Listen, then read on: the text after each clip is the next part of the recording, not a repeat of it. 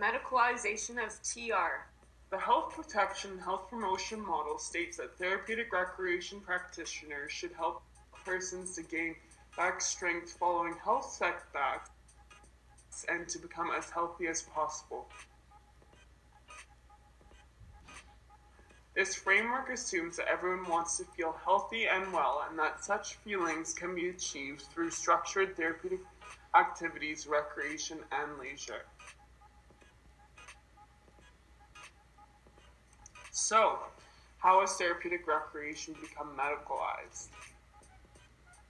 Therapeutic recreation practitioners are often trying to define their spot in the healthcare setting, as they are often in contest with other healthcare providers for healthcare money for their programs. So what populations could benefit from using the medical model in therapeutic recreation? The medical model is useful within therapeutic recreation for people who have a variety of mental and physical conditions, such as traumatic brain injury or depression, by giving the therapeutic recreation specialist more knowledge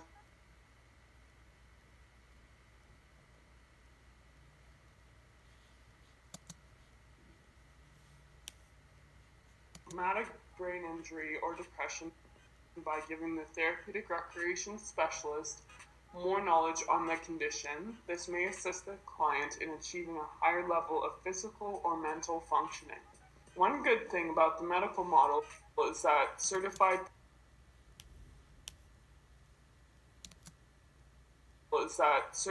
therapeutic recreation specialists and other leisure practitioners know about medical conditions and the medical model, then they can help provide meaningful services for people who have a variety of chronic or non-chronic conditions. However, the medical model is not very helpful.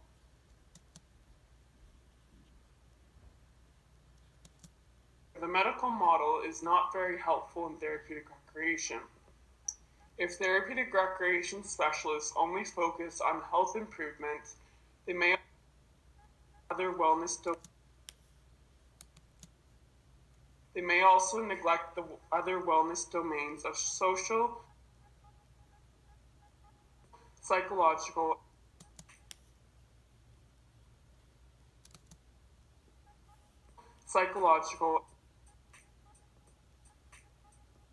and spiritual health.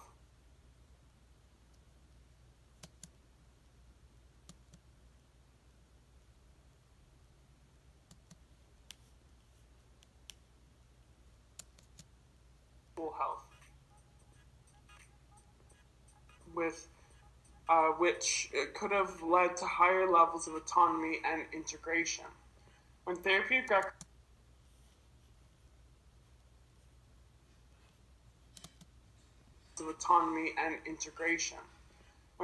recreation specialists are trained in a medicalized way, the practitioner may not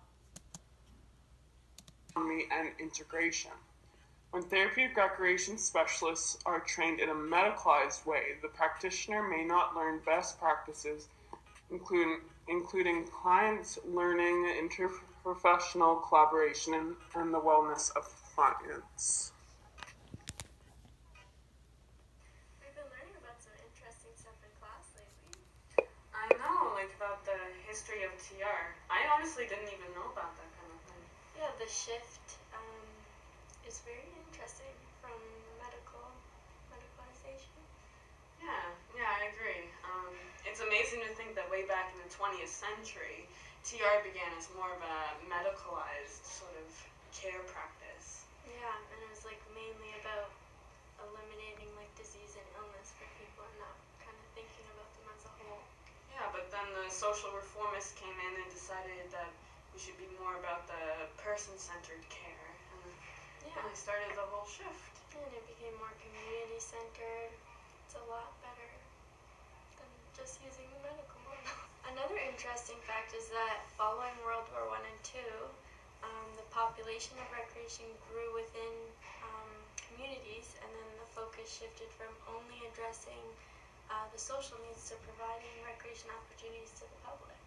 Wow, I did not know that. A very important aspect of this change was actually due to the increase in citizen participation in the government, and therefore society no longer relied on the institutions of government to meet all its needs and could therefore get their needs met through the community. Okay, well, society began to place higher value on the importance of the individual as a unique human being, and it recognized how individual characteristics and traits can improve or impede our leisure lifestyle. Well, Erin, after the 1950s, several social changes promoted a reassessment of the nature and purpose of therapeutic recreation within society. And we moved towards a society that became more interested on making our own decisions and taking on a more involved role in determining their own fate rather than the government. That's really interesting. I think it's important to consider the history of the profession and kind of take it into the future and learn and understand. Yeah, it's really important so that we don't fall into the same old things that we used to be in. It's time we have to change. I think that especially applies to the idea of considering the person as a whole, and how when different culture and ethnic differences sort of became more of an important thing to recognize, it really pushed the profession towards a holistic approach and really helps us to consider all aspects of a person, including their identity. Wow. Yeah, it's definitely very important, especially for our client-centered care.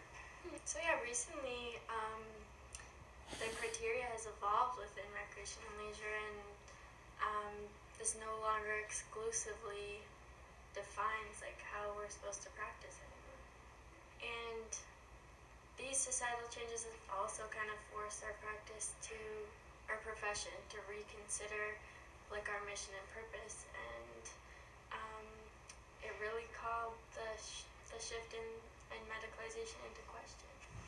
Don't forget though, Erin, this approach focuses on improving the human interaction and the development of recreational environments outside of institutions and hospitals, which is really important for therapeutic benefits. The medical model is a commonly utilized model within the practice of therapeutic recreation. This model aids therapeutic recreation practitioners to become validated and more easily accepted by other healthcare professionals. However, it is relatively common to hear criticism of this model on behalf of students, practitioners, and developing professionals. The medical model is often criticized for creating a great emphasis on the diagnosis or state of the person and the assumption that the practitioners know what is best for the individual. Models and theories have been developed in order to create a framework that is more suitable to the practitioner.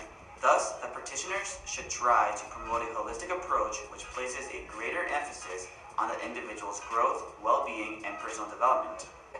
With this practice, TR practitioners strive to work with an individual in order to develop personal goals, objectives, and interventions. The leisure ability model is a great example of this. Opinions in relation to models and theories will typically vary from person to person. While some individuals will claim that they appreciate the concept of having a sense of uniform policies and procedures, others may argue that having these forms of criteria feel limiting to their practice. While both perspectives are valid, it is particularly important for a therapeutic recreation practitioner to not become closed-minded, whether it is by adapting their practice to a model or by thinking beyond a model. As a therapeutic recreation practitioner, we can choose to adapt our practice to the medical model in order to develop an understanding of the individual while ensuring to develop strong, meaningful relationships and incorporating the individual in the planning process of their therapeutic recreation. Individuals will benefit from a holistic approach as their provided information will assist a therapeutic recreation practitioner in developing a plan to incorporate their personal, past, and present interests as a regular part of their daily lives. I'm so confused about certification. Like, what's it really for? I know, it is honestly so confusing. But certification, it's kind of intended to like validate our profession, since there's a lot of like controversy over the name and that kind of thing. But according to the National Council of Therapeutic Recreation certification, most certified therapeutic recreation specialists actually work with adults or older adults in clinical settings And sometimes in these settings, some sort of certification is required to make sure that like it seems like an actual profession sort of a thing. And we often actually have to collaborate with these people, so to have that sort of certification can be important in that regard. But it is not mandatory, actually, just so you know, Erin. So it kind of sounds like getting the certification would influence like if you were on an interdisciplinary team, it would kind of influence their perspective of you. Yeah, I think it legitimizes it more. And also maybe to the client. Yes, yeah, exactly. Yeah, I agree. Yeah, so with certification, it actually kind of helps us all to be able to understand each other and to have the same goals and values and expectations of care. And then with certification, it employs a scope of practice that is based upon theoretical constructs and applied methodology. And it addresses a wide range of disabling conditions and illnesses, so then we have an understanding of all the different types of people we're dealing with. And in practice, CTRSs apply this critical set of competencies within practice and toward the total person and then the life factors that are associated with a specific disability or illness. It sounds like it could be an important thing to consider getting. Yeah.